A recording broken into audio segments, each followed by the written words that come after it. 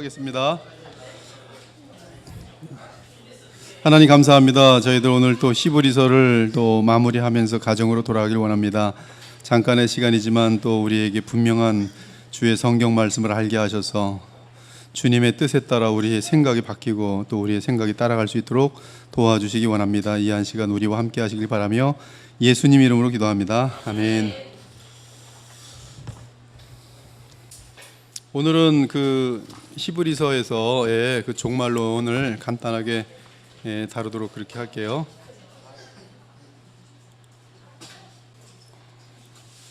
오늘 히브리서 1장 11, 12절을 한번 여러분이 먼저 큰 소리로 한번 읽도록 그렇게 하겠습니다. 히브리서 1장 11, 12절 말씀 찾으셨어요? 네, 찾으셨으면 한번 큰 소리로 읽겠습니다. 시작.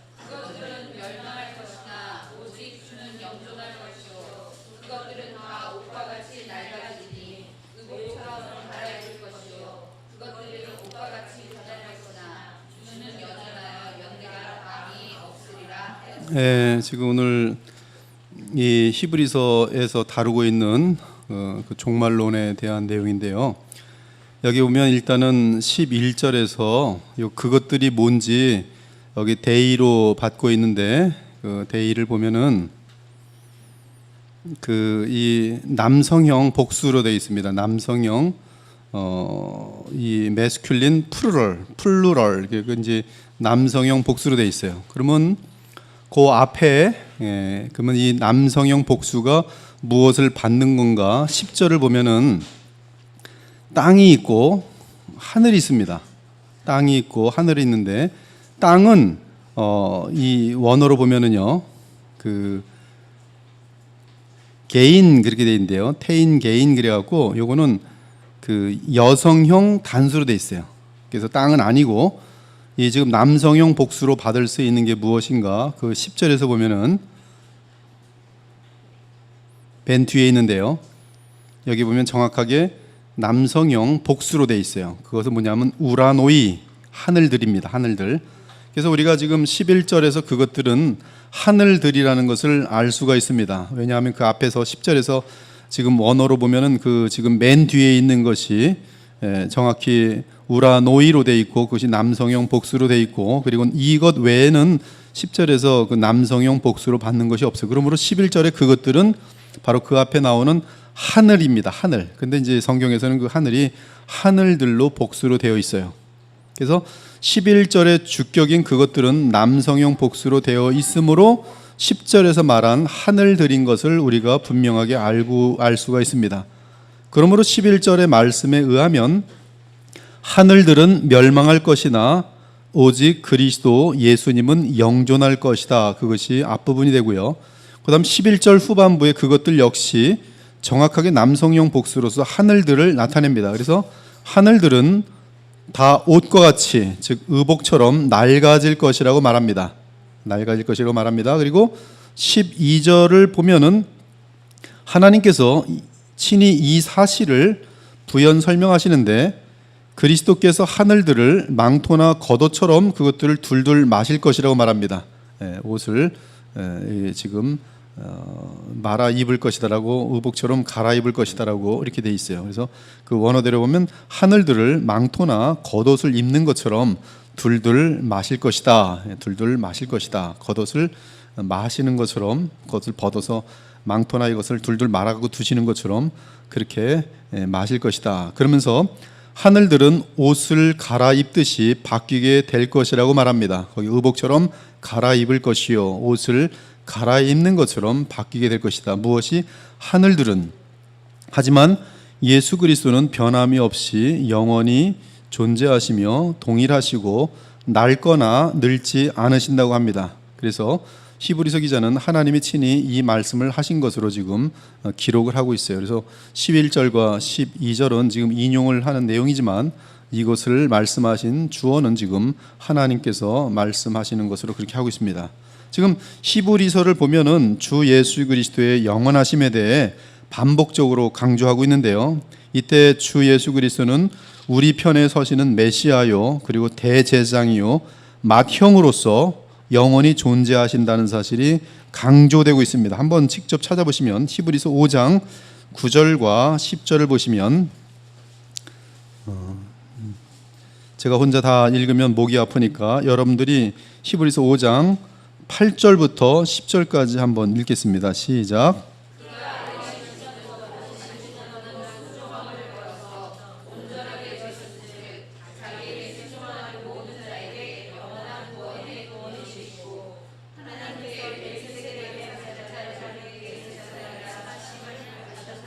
여기 보면 그 예수님의 그 역할 또는 그분의 그 존재 기원 이런 것들이 지금 영원한 구원의 근원이 되셨다 이렇게 되어 있어요. 영원한 구원의 근원이 되셨다. 그리고 영원한 구원의 근원이 되시고 또 멜기세덱의 반차를 따른 이것은 영원한 대제사장입니다. 그래서 영원함이 지금 5장 9절과 10절에 강조되고 있어요.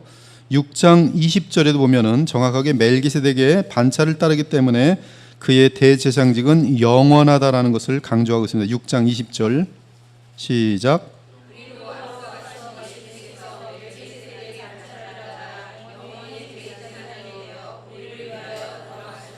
7장 24절도 영원성이 강조되고요. 그 예수는 지금 왜 영원히 계시냐 하면 7장 24절에 보면은 예수는 부활하셨기 때문에 영원히 계세요. 하나님으로서는 영원한 존재시지만 지금 이 성경의 관점은 메시아입니다. 메시아는 지금 사람 편에 서는 사람의 대표예요. 중보자입니다. 그래서 사람이신 예수가 강조되고 있는데 사람이신 예수가 영원하려면 그 답이 뭡니까? 부활이에요. 부활. 여러분 그 부활은 그래서 여러분의 몸이 영원하다는 것이 성경은 분명히 전제하고 있어요.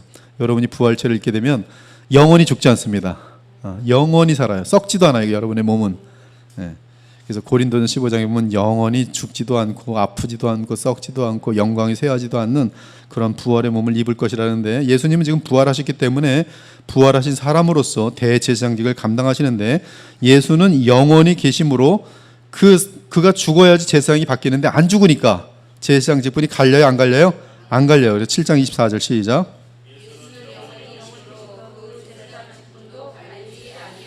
그럼에도 불구하고 또 예수님은 완전한 사람으로서 그의 그 속죄 효력이 완전할 뿐만 아니라 그는 하나님의 아들로서 그의 속죄 효력은 무한합니다.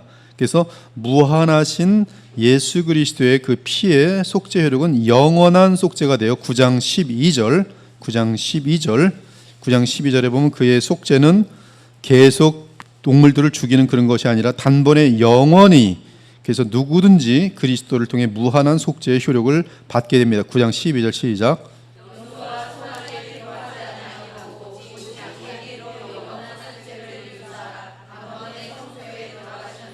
네, 그리고 10장 12절부터 14절에 보면은 그가 십자가에서 드린 제사는 once for all 단번에 영원히 드린 제사를 드리셨다. 그리고 그는 그 제사를 드리시고 그 제사의 효력은 무궁한데 하나님 우편에 앉으셔서 자신의 그 희생 제사의 효력을 무한한 효력을 얼마든지 자기의 자녀들에게 나눠주고 그리고 자기의 자녀들을 다 구원함과 함께 그 마지막에는 원수들을 영원히 멸망시키실 것이다. 그렇게 해서 12절부터 14절인데 10장 12절부터 14절 시작.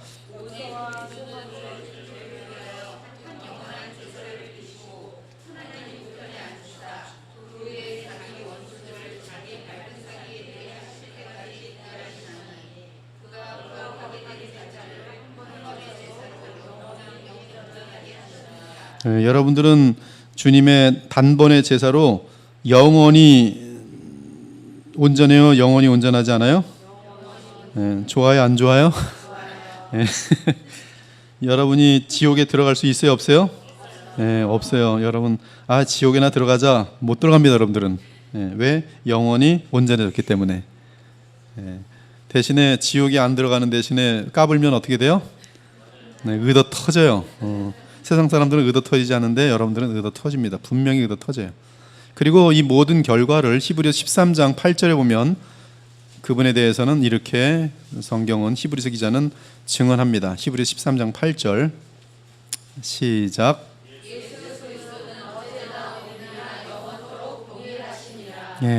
하지만 지금 우리가 사는 이 땅과 하늘은 그리스도의 재림과 함께 엄청난 변화가 있을 것입니다. 그것이 히브리서 12장 26절에서 29절이에요. 이것이 또한 히브리서에 나타난 종말론입니다.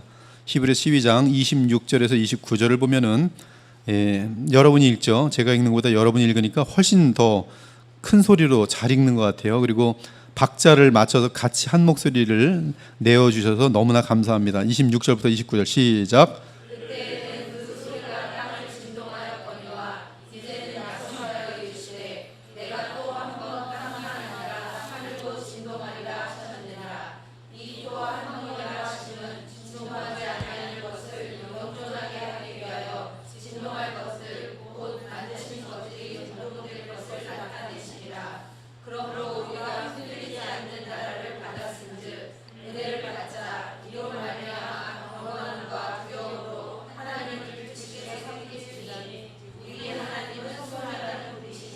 여기 보면 그 하나님께서 그 땅을 진동하게 하신 사건이 뭐냐 하면 시내산에서 내려오셨을 때 땅을 진동케 하셔서 그 당시에 그 중보자 모세를 통해서 이 백성들은 하나님을 만날 엄두도 내지 못합니다. 그래서 이제 중보자가 어쩔 수 없이 서게 되는데 백성들이 말하죠. 모세여, 우리는 하나님이 직접 하시는 말씀을 들을 수도 없고 견딜 수도 없고 죽을 지경입니다. 그러니까 모세, 당신께서 우리가 하는 말은 당신이 듣고 하나님께 말씀해 주시고 하나님이 하시는 말씀은 우리에게 알려주셔서. 그래서 모세가 그 얘기를 가지고 하나님께 가서 백성들이 이렇게 원하는데 어찌 생각하십니까? 하나님은 그 참 좋은 아이디어다 해서 서게 된 것이 모세의 중보자직이에요. 그래서 구약의 중보자는 모세입니다. 신약의 중보자는 예수 그리스도예요. 그런데 모세 때 하나님은 진동하셨어요. 그래서 굉장히 두려움 가운데 있습니다. 그런데 그러한 하나님의 임재의 진동이 이제 또 있을 것이라는 거예요. 그 임재의 진동은 뭐냐면 예수 그리스도의 오심입니다. 예수의 그리스도의 오심은 지금 구약의 여호와의 오심과 동일한 그런 표현이 되어 있어요. 이때 하나님께서, 예수 그리스도께서 이 땅에 다시 오실 때는 진동할 건데, 그때는 땅만 진동하는 게 아니라 하늘도 진동하실 것이다. 그리고 진동하지 않은 것만 남고 진동하는 것은 다 가루가 돼서 무너질 거라는 거예요. 가루가 돼서 무너질 것이다. 그래서 우리는 진동하지 않는 나라를 영원히 물려받게 될 것이다. 그 진동하지 않는 나라가 뭡니까? 지금 예수님께서 친히 준비하시는 하나님의 나라예요. 그리고 영적으로 지금 성령 안에서 우리에게 와 있지만 예수님께서는 요한복음 14장에 보면 내가 너희가 거할 처소를 예비하러 가서 이제 준비가 되면 우리에게 오실 거예요. 그래서 그 새 예루살렘 성이 그 신방입니다. 신방. 즉 부부가 이제 결혼을 마치고, 그렇죠, 혼인 예식을 마치고 연합하기 위해 들어가는 그 신방이 거룩한 성 예루살렘이에요. 그것을 지금 준비 갖고 내려오시는데 하늘로부터 그 준비한 것이 신부가 남편을 위하여 단장한 것 같더라. 이제 이것이 이제 이렇게 하늘로부터 내려오는데 그것이 하나님의 나라로 이 계시록에 기록되어 있는데, 여러분들이 그 부족한 사람이 쓴 계시록 강해를 꼭 읽어보시기 바래요. 굉장히 그런 내용들이 자세히 설명되어 있어요. 아무튼 지금 히브리 12장 26절에서 29절은 지금 하나님께서 진동하실 날이 남아있다. 그리고 하늘과 땅을 진동하실 것이다. 분명히 26절에, 그렇죠? 과거에는 땅만 진동했지만 이제 예수님이 오실 때, 하나님이 다시 오실 때는 무엇도 진동한다? 하늘도 진동하리라. 그래서 완전히 하늘과 땅이, 여기 하늘 복수입니다. 하늘과 땅이 다 진동함으로 썩는 것들은 다 건너오지 못해요. 영원한 나라로. 잠깐 있다 없어지는 것들은 다 건너오지 못합니다. 오직 영원한 것들, 그것만 건너와요. 그리고 영원하지 않은 것들, 즉 흔들리는 것들, 진동하는 것들은 다 하나님의 소멸하는 불로 어떻게 돼요? 다 타서 없어져요. 그것이 지금 히브리서가 바라다 보는 종말론이에요. 즉 그리스도께서 다시 오실 때는 모세가 율법을 받을 때처럼 땅만 진동하는 것이 아니라 하늘도 진동할 것입니다. 그때 하늘도 진동할 때는 피조물 가운데 영원하지 않은 것들은 전부 파괴되고 오직 진동하지 않는 것만 영존하게 될 것이에요. 그리고 진동하지 않는 것만 새하늘과 새 땅으로 건너갑니다. 즉 이 땅의 모든 안목의 정욕에 해당하는 것들과 육신의 정욕에 해당하는 것들, 요한일서 2장이 분명히 나와요. 그는 영원하지 않다. 그는 건너가지 못해요. 그리고 이생의 자랑들, 나아가 세상 나라들과 바벨탑처럼 인간들의 영광을 위해 인간의 손으로 이룬 모든 업적들은 전부 불에 타서 파괴될 것입니다. 그 대신 그리스도께서 친히 세우신 하나님의 나라는 영원한 나라로서 흔들리지 않는 나라이기 때문에 이 땅이 영원히 서게 될 것이고, 여러분이 정말 주님을 믿음으로 행한 그 행적들은 영원한 것이기 때문에 하나님께 순종한 모든 것들은 다 영원한 나라로 이어질 것이. 그러므로 지금 우리는 영원한 나라를 기업으로 받을 자들이기 때문에 은혜를 받아 경건함과 두려움으로 하나님을 기쁘시게 섬겨야 돼요. 영원한 것들을 추구해야 합니다. 이는 우리 하나님은 주께 순종하지 않은 모든 것들, 진동하는 것들을 소멸하는 불이기 때문이다, 이렇게 되어 있어요.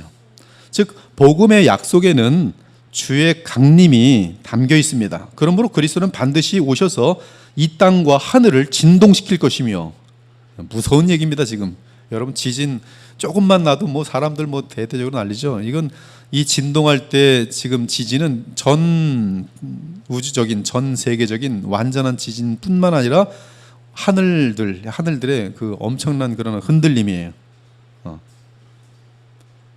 그래서 그것이 하나님의 심판입니다. 그래서 역사는 마무리될 것이. 그리고 새 하늘과 새 땅을 마련하시겠다는 복음의 약속 그대로 주께서는 믿는 자들에게 수천 년 동안 준비하여 오신 영광스럽고 영원한 기업을 주실 것이. 이 내용이 베드로 후서에서 그대로 백업하고 있어요. 즉 이것을 지지하고 있습니다. 그래서 히브리서를 통하여 알려주신 성령께서는 베드로를 통해서 이 지금 진동할 때의 그 장면이 어떠한지를 좀 더 상세하게 알려줍니다. 그래서 베드로후서 3장 7절을 보세요. 베드로후서 3장 7절.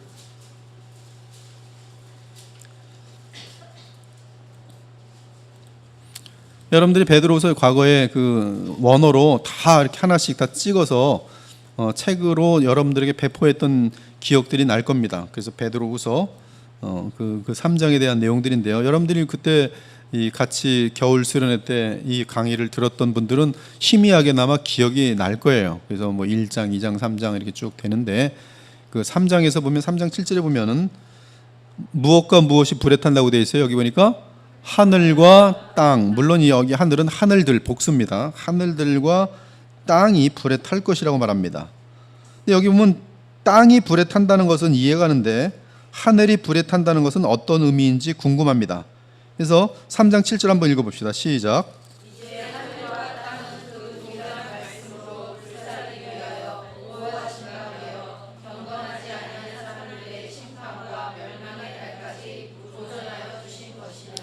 베드로후서 3장 7절에 의하면 현재 하늘과 땅은 불에 탑니다. 그렇죠? 말 그대로 맞습니까? 네, 맞습니다. 제가 잘못 읽었어요. 3장 7절 분명히 어떻게 되어 있어요? 하늘과 땅은 불사른다 그랬죠. 동일한 말씀으로. 그래서 현재 하늘과 땅은 불에 탑니다. 현재 하늘과 땅은 불에 타요. 과거에 하늘과 땅이 물에 잠긴 적이 있어요. 그렇죠? 물에 그냥 난리가 난 적이 있어요. 그때가 언제입니까? 노아의 때죠. 노아의 때. 그래서 하늘에 궁창이 열리고, 그렇죠? 땅의 바닥에서 그 샘이 터져서 그 엄청난 전 세계뿐만 아니라 하늘에서도 이 어떤 많은 큰 변화가 분명히 있는 것을 우리는 알게 돼요. 옛 하늘과 옛 땅이라고 되어 있고요. 지금은 현재 하늘과 현재 땅이고, 그리고 예수님 재림 이후에 새 하늘과 새 땅이라고 되어 있어요. 그리고 이 하늘과 땅이 불에 탈 때 이 땅에 살아있는 불신자들은 불에 타서 죽어요, 안 죽어요? 어린이 질문이에요. 불이 타면 죽어요, 안 죽어요? 네, 이 땅에 있는 모든 불신자들은 죽습니다. 이때 하늘과 땅이 불에 탈 때 신자들은 어디 있어요? 신자들은 온 하늘과 땅이 불에 타기 전에 마치 노아의 방주를 탄 구약시대의 8사람이 구원을 받은 것처럼 부활의 몸으로 변화하여 하늘로 올라가 구름 속에서 그리스도와 함께 있게 되면서 불심판을 피하게 될 것입니다. 그래서 주의 택한 백성들은 전부 하늘에 있고요. 이 땅은 그냥 깨끗하게 정리가 되는 거예요. 땅과 하늘이 전부 다 완벽하게 정리됩니다. 그래서 하나님의 백성들은 전부 혼인 예수님과의 혼인 잔치에 참여하게 돼요. 그 시간에. 베드로서 3장 10절을 보면 그 날에 대해 좀 더 구체적으로 묘사하고 있어요. 3장 한번 10절을 한번 볼게요. 3장 10절 시작.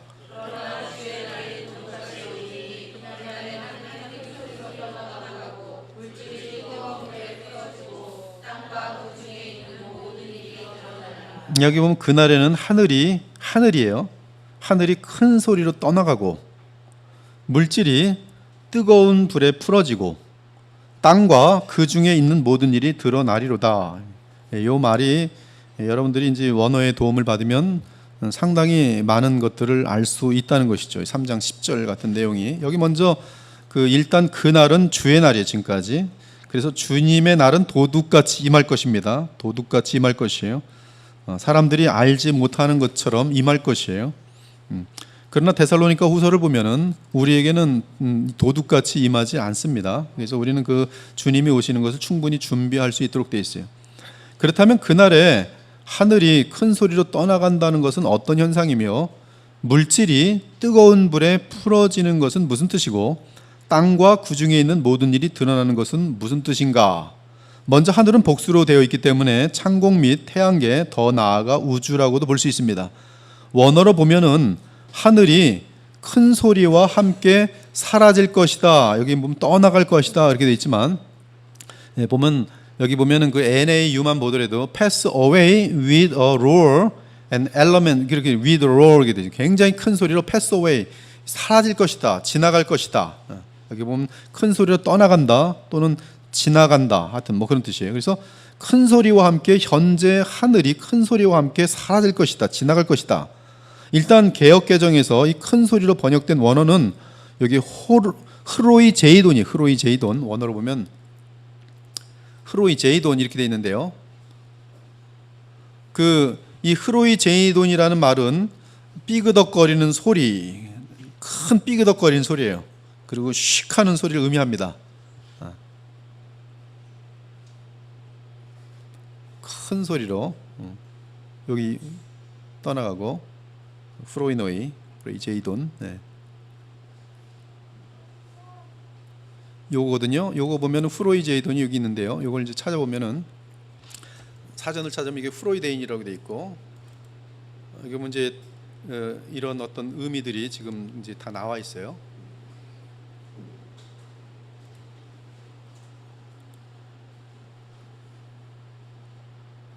네, 여기 프로이 제이돈 다시요.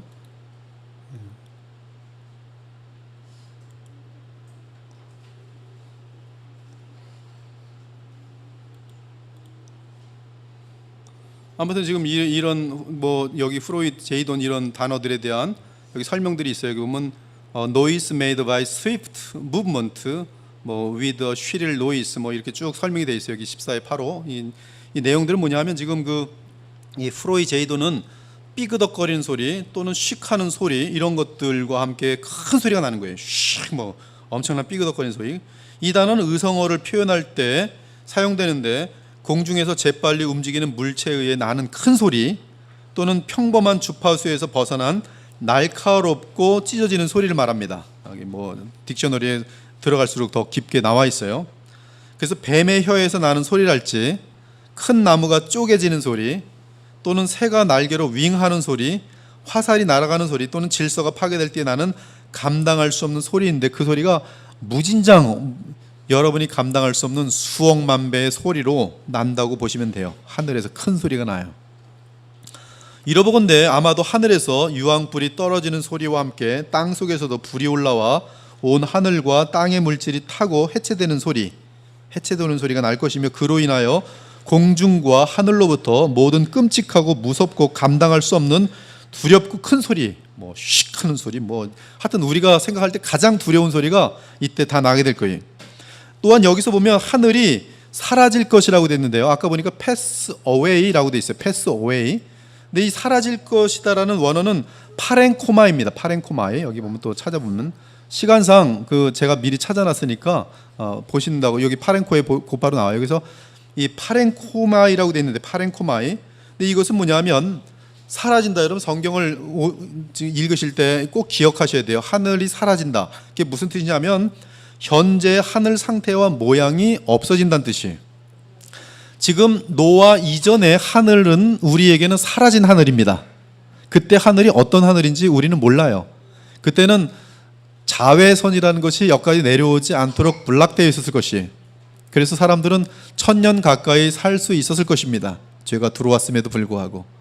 그런데 지금 그 하늘이 변형됨으로 말미암아 급속히 인간의 수명은 줄어들어서 지금 120세를 넘는 사람은 극히 없어요.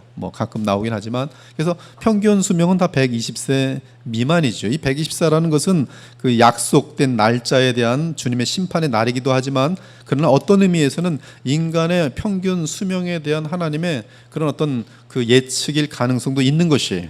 그래서 아무튼 그 지금 수명이 신속하게 줄어드는 이유는 이 모든 그 옛 하늘, 그 하늘이 사라졌기 때문에 그래요. 사라진 거예요. 그것이 바로 파렌코마에 없어졌다는 거예요. 그 상태가 변조됨으로 원래 있었던 그 모습이 없는 거예요. 그러므로 지금 우리는 노아 대홍수 이전의 하늘과 땅의 상태를 알지 못합니다. 그 이유는 물로 인하여 옛 하늘과 땅이 다 사라졌기 때문에 그래요. 이처럼 하늘이 사라진다는 뜻은 다르게 표현하면 우리가 알 수 없는 엄청난 변화가 공중과 하늘에 발생하는 것을 말합니다. 반면에 히브리서 1장의 도움을 받으면 아까 우리 1장 읽었죠. 하늘이 그렇죠. 새로운 옷을 입는 것처럼 묘사되었어요. 옷을 갈아입는 것처럼. 즉 노아 홍수 이전과 노아 홍수 이후의 하늘은 마치 옷을 갈아입은 것처럼 다른 모습입니다. 하지만 옷을 갈아입는다는 것은 옷을 입는 본체는 같다는 것을 알려주지요. 옷이 낡는다는 표현에 따르면 현재 하늘도 낡아질 수 있다는 의미도 포함됩니다. 그러나 하늘이 다시 입게 될 새 옷은 마치 우리의 부활체가 낡아지지 않는 것처럼 앞으로 새 하늘은 영원히 낡지 않을 그러한 옷을 입게 될 것이 분명합니다. 그래서 하늘이 이처럼 옷을 갈아입는 현상에 대해 이사야 선지자는 하늘의 만상이 사라지고 하늘들이 두루마리 같이 말리되 그 만상의 쇠자남이 포도나무 잎이 마름 같고 무화과 나무 잎이 마름 같으리라고 표현하고요. 계시록에 보면 여러분들이 이해하기 되게 어려웠을 텐데 하늘이 두루마리 같이 말리는 것 같이 떠나가고 과연 그것이 무엇일까? 굉장히 많이 궁금했을 텐데 바로 지금 현재 우리가 보고 있는 겪고 있는 하늘이 우리가 이해할 수 없는 차원으로 완전히 사라지는 것이죠. 대신에 뭐가 와요? 새 하늘이 오는 새 하늘. 그래서 옷을 갈아입는 것처럼. 또한 물질이 뜨거운 불에 풀어지고라 할 때 물질은 원어로 스토이케아 이렇게 돼 있어요. 이 스토이케아는 완벽한 질서와 순서를 지닌 기본 단어입니다. 이 철학에서 가장 중요한 단어가 스토이케아예요. 자연을 구성하고 있는 기본 요소. 분명한 것은 이 스토이케아는 물질 또는 물질적인 최소 단어를 언급하는 용어입니다. 본질, 어떤 물체의 가장 기본되는 요소.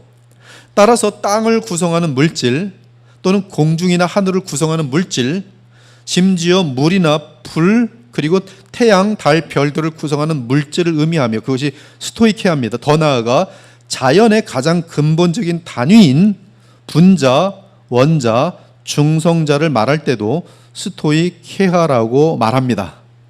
하나님께서 이 우주 피조물을 만들 때 가장 작은 어떤 단위, 또한 그것이 일단 물질이고요. 또 그것에 의해서 만들어진 어떤 본질들, 그것이 물질이고요. 또한 뜨거운 불에 풀어지고라고 했는데 여기는 카우소라고 되어 있어요. 카우소, 풀어지고가 카우소.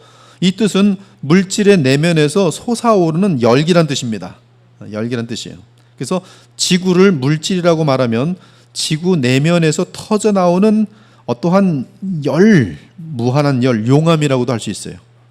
아마도 물질이 뜨거운 불에 풀어진다는 것은 하늘로부터 쏟아지는 불과, 그렇죠? 하늘이 불에 타니까 하늘로부터 쏟아지는 불과 지구 땅 속에서 올라오는 불로 인하여 하늘과 땅, 바다 전부가 엄청나게 많은 열을 받게 되면서 모든 근본 물질 요소들이 그 형태를 잃어버리고 파괴되는 현상을 말하는 것처럼 보입니다.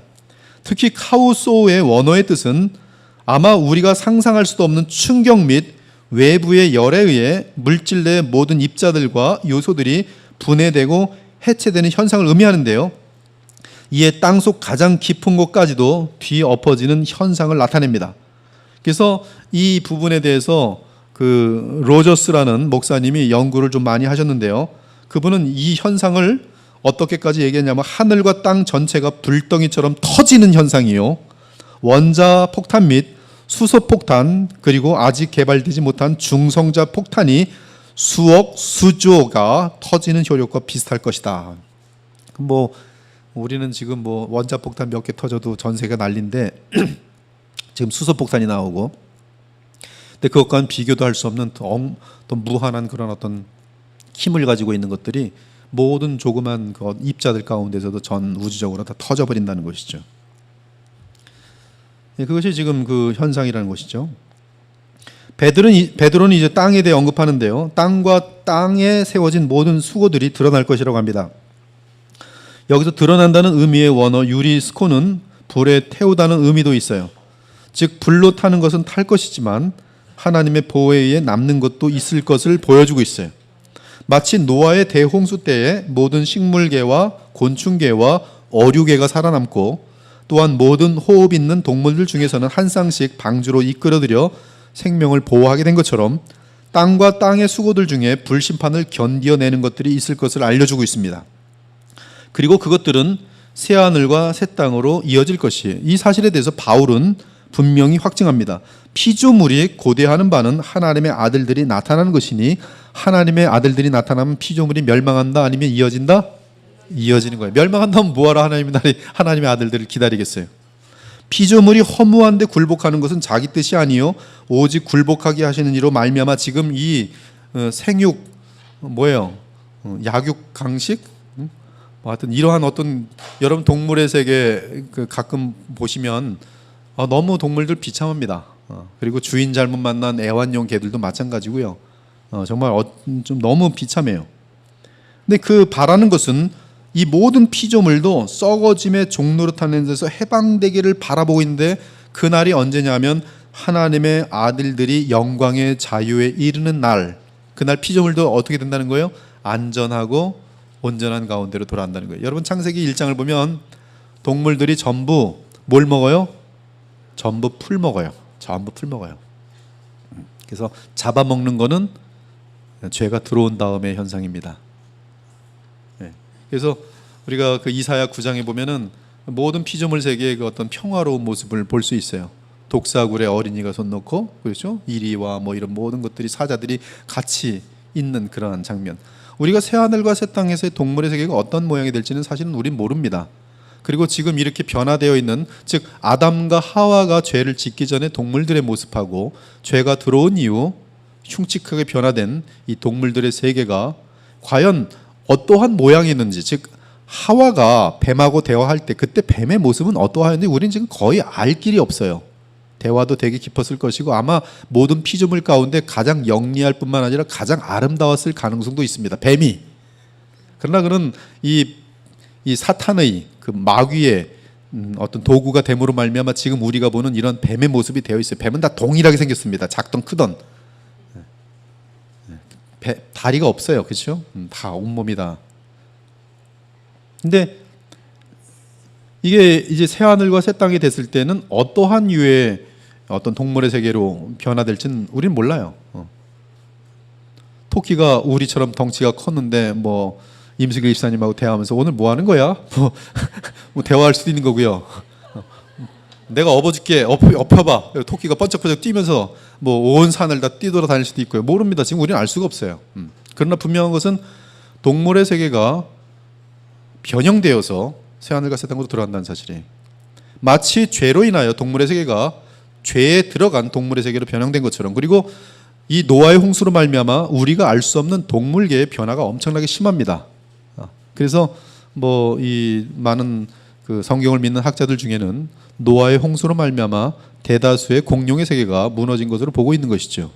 지금도 만약 공룡이 살아 있으면 우리 지금도 따발총으로 뭐 공룡들하고 막 도망가고, 공룡들은 총에 맞아도 끄떡 안 하고 확 이렇게 하고, 아마 뭐 요새 무슨 그런 또 영화 나와서 뭐 굉장히 많이들 보는 것 같은데, 그런 세계가 지금도 진행되고 있지만 우리 인류 역사를 볼 때 뭐 그런 일이 있은 적 없잖아요. 욥기를 보면 뭐 하마 정도로 나오는데, 하여튼 뭐 지금 그 이 로마서 8장에 보면은 우리도 부활체로 바뀌는 것처럼, 우리의 부활체가 어떤 형태인지는 예수님 외에는, 우리가 지금 예수님의 변화된 모습에는 우리는 그것을 기준으로 해서 우리가 어떤 부활의 영광으로 바뀔지를 지금 감을 잡을 뿐이지, 우리는 그때 가봐야지 우리의 그 영광스러운 그 부활의 몸을 알 수가 있어요. 그 3세기의 그 이 파더스, 그 이 교부들에 의하면은 우리는 그때 빛의 몸이 될 것이다라고 그렇게 말하는 분도 있어요. 빛의 속도로 움직이며 빛의 몸이 될 것이다. 뭐 나쁜 말이 아니에요. 그럴 가능성도 충분히 있습니다. 너희는 빛의 자녀라. 물론 영적인 빛에 대한 얘기도 하고 있지만 언제나 성경에서는 이 물리적인 부분에 대해서도 항상 겹쳐 있어요. 영적인 부분과 물리적인 세계는 구별되어 있지 않습니다. 구별되어 있으면서 연결되어 있단 말씀이에요. 제 말씀은. 그렇기 때문에 예수님께서는 몸으로 입고 오신 것에 대해서 이상해하지 않아요. 그것은 바로 하나님의 세계와 피조의 세계는 연결되는 것이 선한 것이기 때문에 그래요. 아무튼 한편 불로 인하여 하늘과 땅이 정결하게 될 때 하나님께 속하지 않은 모든 것들은 불로 타고 그렇지 않은 것들은 보존될 것인데 그 적용 범위는 1차적으로는 물리적인 세계에 속한 것이겠지만 비슷한 표현이 영적인 것들과 관련한 성도의 상급에도 사용되고 있어요. 여러분 고린도서 3장 잘 보는 것처럼 각 사람의 공적이 나타날 것인데 뭘로 나타나요? 불로 태워보고서 안 타면 남는 것이고, 그렇죠? 타면 없어지는 거예요. 타면 뭐가 해라, 해를 입을 것이다. 여기서 해라는 뭐예요? 로스예요. 아무 상이 없는 거예요. 영광이 없는 것이. 그러므로 우리들이 지금 이 땅에 살아갈 때 너희들이 행하는 일들을 주의하라는 거예요. 언제? 공로를 시험하는 불이 지나갈 때 다 타버리면 뭐예요? 지푸라기처럼 다 타버리면 뭐예요? 나 열심히 정말 24시간 수고하면서 눈물을 흘리며 다 했는데 아무것도 없네. 헛수고지요. 그래요. 금이나 은으로 하는 거예요. 금이나 은으로 하는 건 뭐예요? 첫째, 동기부터가 순수해야 돼요. 그렇죠? 나의 영광을 위해서 하는 모든 수고는 교회에서 하던 뭐 찬양을 하던 헛수고예요. 주님을 위해서 하는 것은 다 아름다운 영원한 동기가 되는 것이죠. 그래서 누구든지 그 공적이 불타면 해를 받으리니 그러나 구원을 받되 불 가운데서 받은 것 같으리라. 사도 요한 역시 그의 계시록에서 이 땅에서 주를 위한 수고는 영원한 새하늘과 새 땅으로 이어지는 것을 증거합니다. 제가 존경한 드 프라프는 우리가 이 땅에서 수고한 모든 문화적인 사명들, 그 사명은 하나님께서 친히 사람에게 맡기신 사명이기 때문에 그 사명을 하나님은 다 거두실 것이다. 즉 영원한 세계로 이어갈 것이다 얘기하고 있어요. 제가 제 친구 정진균이하고 처음에 이제 이러한 것들을 성경으로 연구할 때 그때 저희도 이제 전전자 교환기라고 전화기 뭐 연결시키는 그 기계를 만들었거든요. 그래서 우리가 만든 이 기계는 저 영원한 나라로 갖고 올라갈 것이다 그러면서 농담하면서 굉장히 많은 얘기를 했었어요. 근데 그것이 그때 장난처럼 얘기했지만 사실은 다 장난은 아니었습니다. 저희들의 믿음의 세계 속에서는 우리가 하는 이 수고들이 헛수고가 아니라는 거예요. 지금 문명을 개발하는 것들이 하나님의 주권과 은혜 가운데 가장 선하게 사용할 날들이 온다는 것이죠. 악인들이 그것을 악하게 사용하는 것이지 우리가 수고하는 이 모든 문화의 수고들이 헛되지 않다는 것이죠. 근데 이러한 주를 위한 수고, 또 주님이 명하신 그런 어떤 문화적인 수고들, 문명에 대한 개발들, 이 모든 것들은 선한 것들일진데 하나님이 뜻하신 것일진데 영원한 새하늘과 새 땅으로 이어진다는 것이죠. 그래서 만국이 그 빛 가운데로 다니고 땅의 왕들이 자기 영광을 가지고 그리로 들어가리라. 낮에 성문들을 도무지 닫지 아니하리니 거기에는 밤이 없음이라. 사람들이 만국의 영광과 존귀를 가지고 그리로 들어가겠고, 그리는 어디는 새하늘과 새 땅입니다.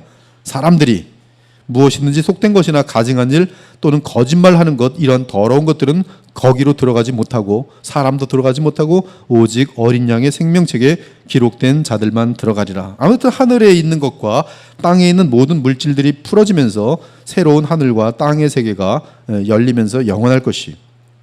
그리고 베드로후서 3장 12절을 보면 10절과 매우 똑같은 내용이 반복되고 있는데 한 가지가 단어가 추가되면서 의미가 더욱 뚜렷해집니다. 반면 땅에 대한 언급이 없어요. 그 3장 12절을 보면 땅에 대한 언급이 없습니다. 이 추가된 단어는 테이코라는 단어인데요. 녹는다는 뜻이. 즉 하늘은 불의 열에 의해 해체되고 물질은 뜨거운 열로 녹을 것이다 그렇게 돼 있어요. 그러나 땅은 살아남습니다. 그렇게 돼 있어요. 땅은 살아남는다. 그러므로 우리가 지금 알 수 있는 것은 지금은 우리가 상상할 수 없는 대격변이 하늘과 땅에 있을 것이라는 사실이고요. 그리고 하나님의 심판의 불은 언제나 죄와 더러운 것과 하나님을 대적하는 것을 다 태우지만 땅과 그리고 하나님께 속한 공로는 결코 태우지 않고 정결하게 하셔서 영원히 가져가신다는 것을 알 수 있겠어요. 그러므로 우리는 새 하늘과 새 땅은 지금의 하늘과 지금의 땅을 불로 정결하게 한 이후에 변화라는 것을 알 수 있습니다. 또한 불로 정결케 하는 대상은 하늘과 땅인데 그것이 어느 정도인지는 물질의 단위, 즉 입자의 단위까지라는 것을 알 뿐 그 이상은 알 수가 없어요. 한편 이제 마지막으로 하나님께서는 아브라함에게 가나안 땅을 약속하셨는데요. 정작 아브라함은 가나안 땅을 약속의 땅으로 여겼어요? 여기지 않았어요? 여기지 않았어요. 가나안 땅을 약속으로 여기지 않았습니다. 아브라함은 가나안 땅의 약속을 받고 아브라함 자신이 하나님께서 가나안 땅의 약속을 주셨어요. 근데 그 가나안 땅의 약속을 받고 아브라함은 정작 가나안 땅을 하나도 소유하길 원치 않았어요. 오히려 이 사라를 장례시키는 그런 장면에서 볼 때 그는 부활 소망을 가지고 있었고요. 언젠가 부활과 함께 이 땅을 주실 것을 믿고 있었던 것을 알 수 있어요. 그리고 그가 부활 소망을 가지고 있음은 또다시 사라를 장례시킬 때뿐만 아니라 아들 이삭을 번제로 바치는 사건에서 뚜렷하게 나타납니다. 그래서 믿음으로 그가 이방의 땅에 있는 것 같이 약속의 땅에 거류하여 동일한 약속을 유업으로 함께 받은 이삭 및 야곱과 더불어 장막에 거하였으니, 장막에 거한 이유는 이는 그가 하나님이 계획하시고 지으실 터가 있는 영원한 성을 바라보았습니다. 그들이 이제는 더 나은 본향을 사모하니 곧 하늘에 있는 것이라. 이러므로 하나님이 그들의 하나님이라 일컬음 받으심을 부끄러워하지 아니하시고 그들을 위하여, 여기 그들은 아브라함이 포함됐습니다. 그들을 위하여 한 성을 예비하셨느니라. 아브라함은 시험을 받을 때 믿음으로 이삭을 드렸으니 그는 약속들을 받은 자로 돼 그 외아들을 드렸느니라.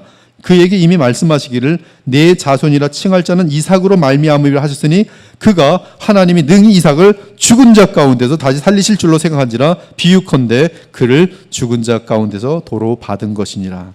맨 처음 하나님이 아브라함에게 나타나셔서 그에게 주신 땅에 대한 약속은 그러면 언제 이루어집니까? 스데반 집사 역시 그 약속의 성취는 장래에 될 것을 알려줘요. 자, 보세요. 스데반 집사의 설교입니다. 아브라함이 갈대아 사람의 땅을 떠나 하란에 거하다가 그의 아버지가 죽음에 하나님이 그를 거기서 너희 지금 사는 이 땅이 어디예요? 가나안 땅이, 이스라엘 땅이 지금 이 땅으로 옮기셨느니라. 그러나 여기서 발붙일 만한 땅도 유업으로 주지 아니하시고 다만 이 땅을 아직 자식도 없는 그와 그의 후손에게 소유로 주신다고 약속하셨으며, 아브라함에게 그 소유를 언제 주십니까? 아브라함은 그 땅을 소유하지 못하고 죽었어요. 그러면 아브라함은 그 땅의 약속을 하나님께로부터 받았는데 언제 받습니까? 바로 예수 그리스도의 재림 이후에 하늘과 땅을 새롭게 하신 후에 약속의 땅, 곧 가나안 땅을 그에게 주실 것이에요. 그러나 그때 가나안 땅은 이스라엘에 국한된 조그만 땅이 아니라 지구 전체가 거룩하여진 새롭게 된 가나안 땅입니다. 그것이 아브라함이 바라보고 있었던 하늘의 성, 그리고 그 하늘의 성이 이 땅에 내려오게 되는 것으로 말미암아 이 땅, 가나안 땅을 영원히 소유하게 되는 그런 약속의 성취인 것이, 그때 새하늘은 지극히 맑은 공기로 가득할 것이고 오염이나 더러움이나 썩음 같은 것이 없는 오직 생명으로만 가득한 세상이 될 것이. 청교도 학자들을 제가 연구해봤어요. 연구해봤더니 둘로 나뉩니다. 그 하나님이 주실 땅은 외계의 어떤 땅이 될 것이다, 이렇게 보는 분들이 있어요. 사중 상태의 이 저자도 그렇게 말을 하면서, 근데 놀라운 것은 그분들이 그럼에도 불구하고 나는 이 주장을 다그메릭하게 주장하지 않는다 이게. 그리고 현재 이 땅을 영원한 하나님의 땅으로 보는 것에 대해서도 자기는 액셉트한다고 돼 있어요. 그래서 그 문제에 대해서는 의견은 달리하지만 서로 그것 때문에 뭐 서로 틀렸다라고 그런 것을 발견할 수가 없어요. 대단히 그 아름다운 내용이에요. 저는 개인적으로는 지금 우리가 사는 이 땅으로 우리는 영원히 물려받을 것이라고 개인적으로 저는 생각을 해요. 뭐 외계에서 준비된 곳으로 우리가 다 가서 새로운 곳에서 새롭게 사는 게 아니라 하나님께서 원래 창조하셨던 이 땅에서 우리는 다시 쓰레기도 없고 냄새도 나지 않고 모든 것이 완벽한 질서 가운데 하나님이 거룩하게 하신 새롭게 된, 지금은 다 이해할 수 없는 서프라이즈의 가장 맑은 공기, 그것도 상상도 할 수 없는 그러한 것이 없고 맑은 샘, 정말 말로 다 감당할 수 없는 그런 열매들, 과일들, 그리고 우리가 지금 이해할 수 없는 어떤 동물의 세계들과 함께 영원히 살 것을 저는 개인적으로 그렇게 하나님의 나라를 바라보고 있습니다. 오직 생명으로만 가득한 세상이 될 것이, 그래서 하늘과 땅이 완전히 연합된 상태, 그것이 영원한 하나님과의 우리의 교통의 상태로 저는 바라보고 있어요. 지극히 맑은 샘을 마실 것이고 우리의 영으로는 하나님과 완전한 교통 가운데 있게 될 것입니다. 새하늘과 새 땅에 살게 되는 구속받은 백성들은 완전한 거룩과 사랑 가운데 말로 다 표현할 수 없는 무한한 만족과 기쁨과 사랑 속에서 살게 될 것이에요. 영적으로 볼 때는 마귀들과 불신자들 그리고 모든 죄의 저주들과 결과들이 영원한 불못에서 영원히 타게 될 것이고, 오직 신자들과 천사들과 기타 모든 피조물들이 새롭게 된 상태에서 영원한 새하늘과 새 땅에 들어가 영원히 거하게 될 것이에요. 제가 말씀을 드렸는지 모르겠지만 제가 공부를 할 때 교수님에게 신학생 하나가 질문했어요. 이 질문은 우리가 자녀들에게도 지금도 얼마든지 받을 수 있는 질문이에요. 동물의 세계가 이어진다 뭐 어쩐다 그러고 이제 신학 교수가 계시록에 대해서 한참 열광하고 있는데 신학생 하나가 똑똑하게 보이는 신학생 하나가 딱 손을 들더니 질문해요. 그러면 동물들은 영생합니까? 네, 이제 딱 멋있는 질문을 했어요. 그랬더니 그 교수님이, 제가 그 교수님 이름 말하지 않겠습니다. 교수님이 딱 생각하더니 동물은 영생하지 않아. 그러면 슬프지 않습니까? 그렇진 않지. 그럼 어떻게 됩니까? 동물은 태엽을 감아놓으면 살다가 태엽이 끊어지면 죽을 것이고 그럼 다시 또 태엽을 갈지. 그렇게 설명해. 태엽을 돌려서 살을 넣어놓고 또 죽으면 또 태엽 돌리고. 되게 멋있는 설명이에요. 지금 여러분들에게 와닿지 않는 것 같은데 동물들의 세계에 대해서도 함께 있으면서도 그들을 계속 우리가 함께하는 그런 그림인데, 영생의 그런 개념은 전혀 허락되지 않는 것을 우리는 발견할 수가 있습니다. 아무튼 이처럼 성경은 복음 안에서 새하늘과 새 땅을 우리에게 제시하며 그곳에 들어가는 것을 결정하는 날은 주님의 재림의 날이고, 또한 그곳에 들어가서 누릴 부활의 영원한 영광 역시 그리스도의 심판대에서 결정나는 것을 알 수 있습니다. 그러므로 우리는 부활의 소망과 함께 새하늘과 새 땅에 대한 소망을 반드시 가져야 돼요. 히브리서에서 우리가 가장 분명하게 아는 것은 히브리서 11장과 히브리서 12장을 통해서, 히브리서 1장과 히브리서 12장을 통해서 진동되는 모든 것들은 반드시 다 사라진다는 것 하나하고, 1장에서는 이 하늘과 땅은 옷을 입는다는 사실, 그 다음에 이제는 다시는 썩지 아니할 옷을 입게 된다는 사실, 그리고 그것은 예수 그리스도의 영원함 때문에 가능하다는 사실을 우리는 히브리서의 이 종말론을 통해서 정리해 볼 수가 있는 것이. 그러므로 이 고린도전서 15장을 보면은 히브리서에서 가르치는 내용을 똑같이 다시 한번 거기서도 확증을 합니다. 죽은 자의 부활도 그와 같으니 썩을 것으로 심고 썩지 아니할 것으로 다시 살며. 여러분, 영원히 썩지 않아요. 욕된 것으로 심고 영광스러운 것으로 다시 살며. 지금 우리 몸은 병 걸리기도 하고 못생겨지기도 하고 그렇지만 영광스러운 것으로 다시 살아나며, 약한 것으로 심고 강한 것으로 다시 살아나며.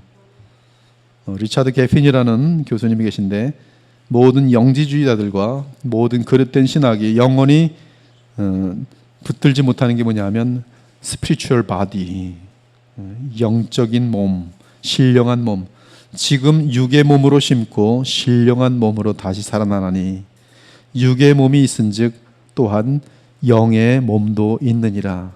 영의 몸, 그것이 무엇일까? 그것이 바로 부활체인데, 이것은 아직 우리는 알 수가 없는 그러한 완전한 성령이 충만한 가운데 있는, 그렇지만 영원히 썩지 않는 그러한 완전한 몸, 신령한 몸, 영의 몸도 있느니라. 그것이 부활체라는 것이죠. 우리 예수님께서 입으셨던 그 부활체입니다. 우리가 흙에 속한 자의 형상을 입은 것 같이 또한 하늘에 속한 이 바로 우리 주 예수 그리스도, 그분의 형상을 입으리라. 형제들아, 내가 이것을 말하노니 혈과 육은 하나님 나라를 이어받을 수 없고, 왜? 하나님 나라는 영원하기 때문에. 또한 썩는 것은 썩지 아니하는 것을 유업으로 받지 못하느니라. 그러므로 우리는 부활할 수밖에 없다라는 것을 논리적으로 입증하는 것이죠. 보라, 내가 너희에게 비밀을 말하노니 우리가 다 잠잘 것이 아니요 마지막 나팔에 순식간에 홀연히 다 변화되리니, 마지막 나팔에 순식간에 홀연히 다 변화되리니 나팔 소리가 나매 죽은 자들이 썩지 아니할 것으로 다시 살아나고 이 땅의 마지막 나팔이 불 때 이 땅에 살아있는 자들은 그 몸이 변화되리라. 그래서 죽은 자들은 썩지 아니할 것으로 일어나서 부활체를 입게 돼요.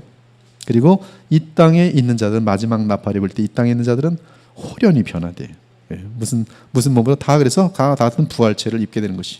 그래서 이 썩을 것이 반드시 썩지 아니할 것을 입겠고 이 죽을 것이 영원히 죽지 아니함을 입으리로다. 이 썩을 것이 썩지 아니함을 입고 이 죽을 것이 죽지 아니함을 입을 때에는 사망이라는 것, 죽음이라는 것, 그것은 영원히 우리 인간에게는 있을 수 없는 그런 상태가 되기 때문에 사망을 삼키고 이기리라고 기록된 말씀이 이루어지리라. 이것이 우리가 바라보고 있는 미래인 것입니다.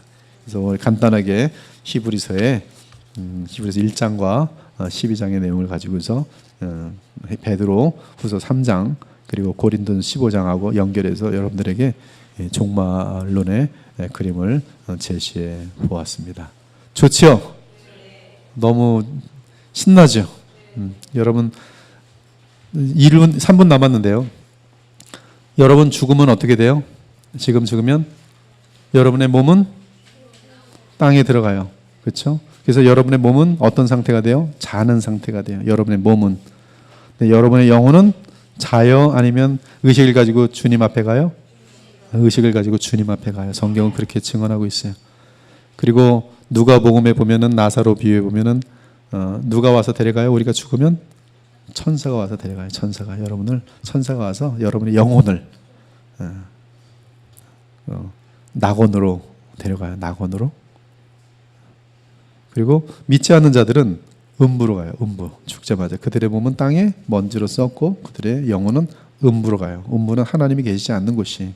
그러나 여러분은 주 예수 그리스도가 계시고 에녹이 있고 엘리야가 있고 그렇죠? 모세가 있고 오늘도 모세가 영광 가운데 나타났잖아요.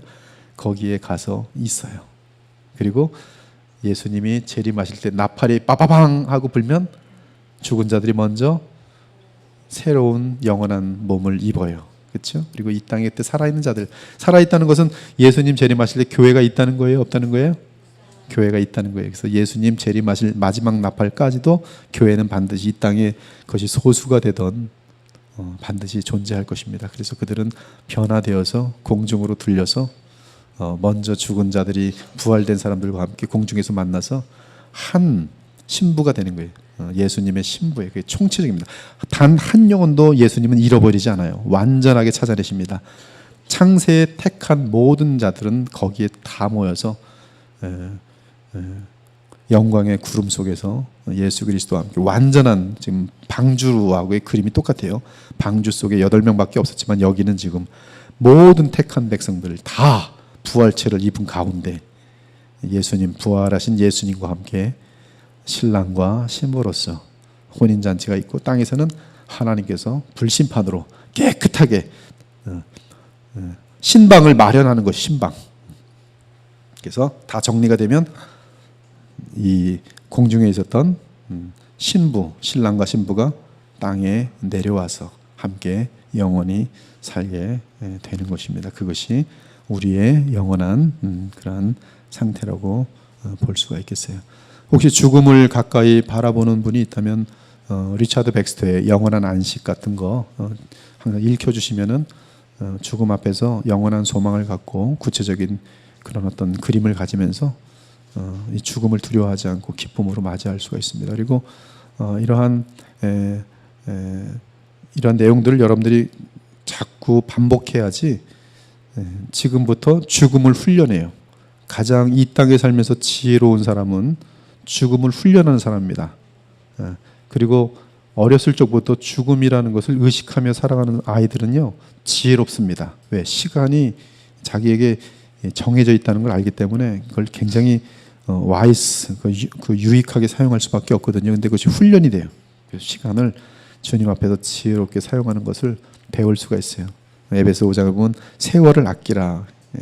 여러분 시간 낭비하지 마세요. 시간이 곧 뭐예요? 생명이에요. 여러분의 생명, 목숨이 뭡니까? 시간이에요. 생명을 썩은 것에 주지 마세요.